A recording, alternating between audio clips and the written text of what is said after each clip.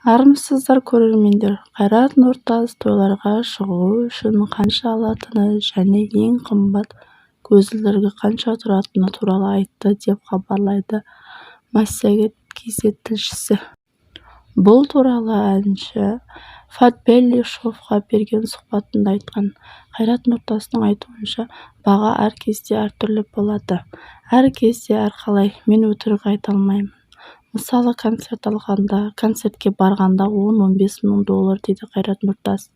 Дегенмен, әнші мәселе ақшада емес екенін де айтты. Ең бастысы, қараған бастарында ойламаңдар. Нәсіп етіп беріп қойды ма, оны қызғанбай жан-жақтыларыңызға беріңдер, әке-шешеңе, бауырларыңа, дейді әнші. Сондай-ақ әнші ең қымбат көзілдірігінің қанша тұратынын айтты. Оның айтуынша, ең қымбат көзілдірік $3000 тұрады. Бұл теңге шаққанда 1 миллионнан асады.